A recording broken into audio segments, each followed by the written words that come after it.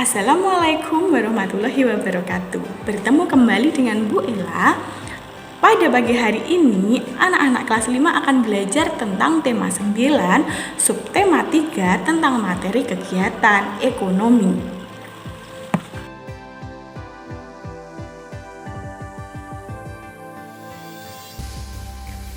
Bambu betung memiliki serat yang gak keras dibanding bambu-bambu lainnya. Makanya cocok diolah jadi kertas. Kalau sudah terkumpul, kita masuk nih ke proses keeping, yaitu proses menghancurkan batang bambu menjadi potongan-potongan kecil. Selain mengolah batang bambu, pabrik ini juga menggunakan limbah bambu yang tidak terpakai dari pabrik sumpit dan tusuk gigi. Jadi nggak kebuang gitu aja. Setelah menjadi potongan-potongan kecil, bambu dimasukkan ke dalam barmil, alias tabung besar yang terus diputar. Di dalam tabung ini, bambu diberikan bahan kimia berupa soda kaustik atau natrium hidroksida agar bambu lebih mudah hancur. Potongan bambu selanjutnya dipindahkan ke mesin crushing. Di mesin ini, potongan bambu dihancurkan lagi sampai menjadi serpihan-serpihan kecil. Nah, lanjut ke proses berikutnya, refiner atau penghalusan. Jadi, di dalam mesin ini, serpihan bambu dicampur dengan air, kemudian digiling. Dengan bantuan uap panas di dalamnya, bambu pun menjadi bubur. Wih! Bubur bambu ini kemudian dipres hingga berbentuk lembaran panjang. Selanjutnya, kertas bambu dipotong menjadi lembaran besar dan masuk ke mesin pencetak. Pada mesin ini, kertas distempel sesuai motif dan warna yang diinginkan. Kertas bambu yang sudah dicetak motifnya dipotong deh menjadi ukuran yang lebih kecil. Kita juga bisa Perhatikan gambar-gambar berikut ini.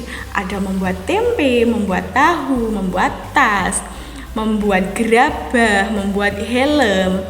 Termasuk kegiatan apakah pada gambar-gambar berikut? Ya, tepat sekali. Kegiatan-kegiatan tersebut termasuk kegiatan produksi.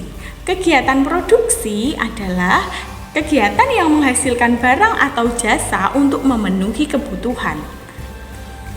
Secara lebih rinci, Bu Ella akan jelaskan pada slide berikutnya tentang apa itu kegiatan produksi.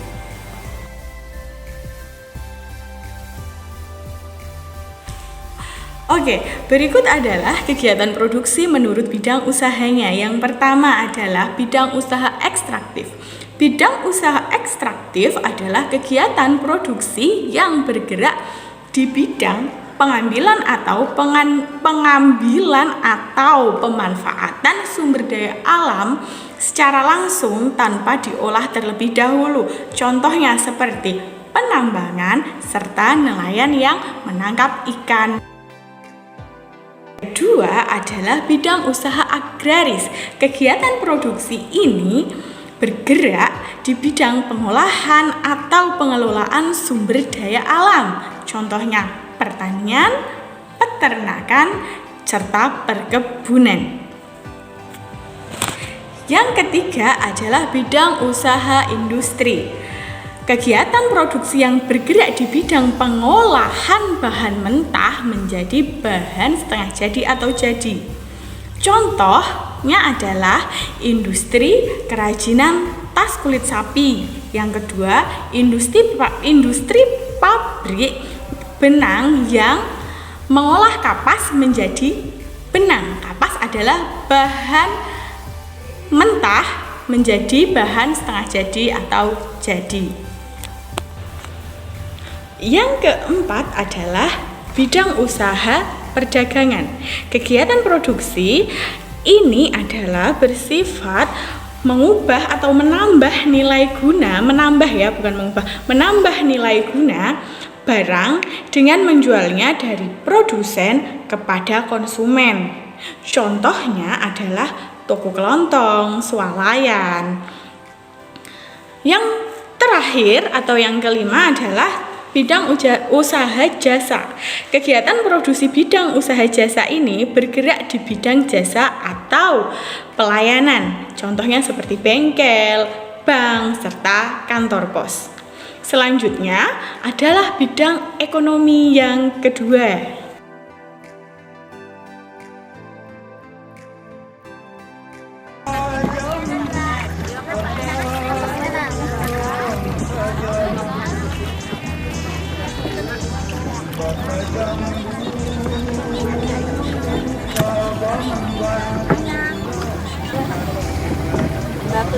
Kapalnya ini kan ada kalau saya keluar gitu. Tempat jujur kita ada.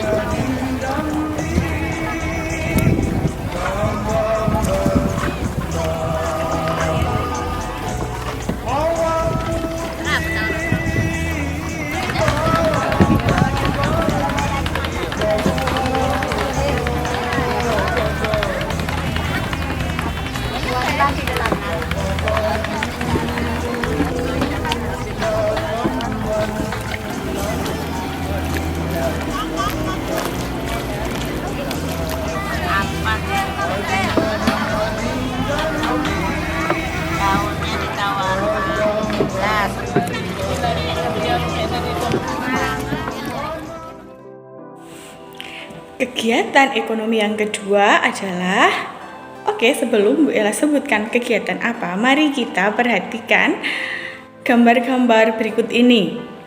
Ada mengantarkan bantuan PMI, mengirim barang, mengirim gas, mengirim mebel, meja, kursi, almari. Ya, betul, pengiriman, penyaluran barang tersebut merupakan kegiatan ekonomi yang disebut distribusi. Kegiatan distribusi adalah kegiatan penyaluran barang dari produsen ke konsumen. Orang atau lembaga yang melakukan kegiatan distribusi disebut dengan distributor. Distributor dibagi menjadi 3 kelompok, yaitu yang pertama adalah pedagang besar. Pedagang besar adalah distributor yang membeli barang dalam jumlah besar atau langsung dari pabrik yang nantinya akan disalurkan kepada pedagang-pedagang kecil. Contohnya pedagang besar ini adalah seperti grosir, eksportir, dan importir. Yang kedua adalah pedagang kecil atau retail. Pedagang kecil ini membeli sejumlah barang kepada pedagang besar yang nantinya akan dijual kepada konsumen secara ecer. Contohnya warung, pedagang kaki lima, serta toko kelontong. Yang terakhir adalah perantara. Perantara adalah distributor yang menyalurkan barang atau mempertemukan penjual dan pembeli tanpa bertanggung jawab atas barang yang diperjualbelikan. Contoh dari perantara adalah agen, komisioner, atau maklar. Maklar mobil misalnya, atau maklar motor, atau maklar tanah.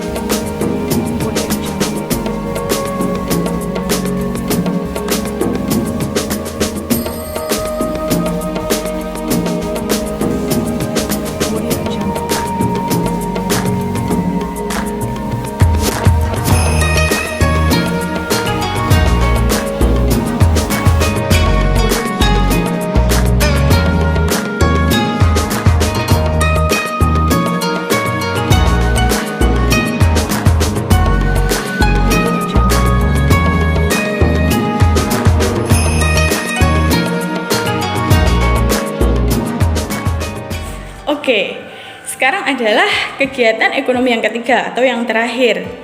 Apakah itu kegiatannya? Kita perhatikan dulu gambar-gambar berikut ini. Ada membeli bensin, minum jus, makan buah, mandi, serta cuci tangan. Betul sekali, kegiatan-kegiatan kegiatan yang ada pada gambar tersebut adalah kegiatan konsumsi. Kegiatan konsumsi adalah kegiatan menggunakan atau menghabiskan barang dan jasa untuk memenuhi kebutuhan. Secara rinci tentang kegiatan konsumsi akan Bu Ella jelaskan pada slide berikutnya. Pelaku kegiatan ekonomi konsumsi yang pertama adalah keluarga atau rumah tangga keluarga. Pelaku konsumsi dalam rumah tangga atau keluarga ini biasanya adalah ibu, ayah, serta anak-anaknya. Kegiatan yang dilakukan misalnya makan, berpakaian, serta menggunakan listrik. Yang kedua adalah perusahaan. Perusahaan merupakan tempat berlangsungnya proses produksi. Dalam perusahaan akan membutuhkan bahan baku serta karyawan. Contohnya pada perusahaan benang yang membutuhkan atau memanfaatkan kapas sebagai bahan baku serta karyawan sebagai pelaku proses kegiatan di pabrik tersebut. Yang ketiga adalah kegiatan konsumsi negara, bertujuan untuk memenuhi atau melayani kebutuhan masyarakat. Rencana pemenuhan kebutuhan masyarakat ini biasanya tercantum dalam rancangan anggaran dan belanja negara atau RAPBN, anak-anak. Contohnya kegiatan konsumsinya adalah yang pertama, pembangunan infrastruktur, contohnya pembangunan jembatan layang yang ada di perkotaan serta pembangunan rumah-rumah tinggal bagi korban bencana alam. Jadi kegiatan ekonomi itu ada 3, pertama produksi, distribusi, dan konsumsi. Ketiga kegiatan ini saling berkaitan untuk memenuhi atau berpengaruh terhadap kesejahteraan rakyat.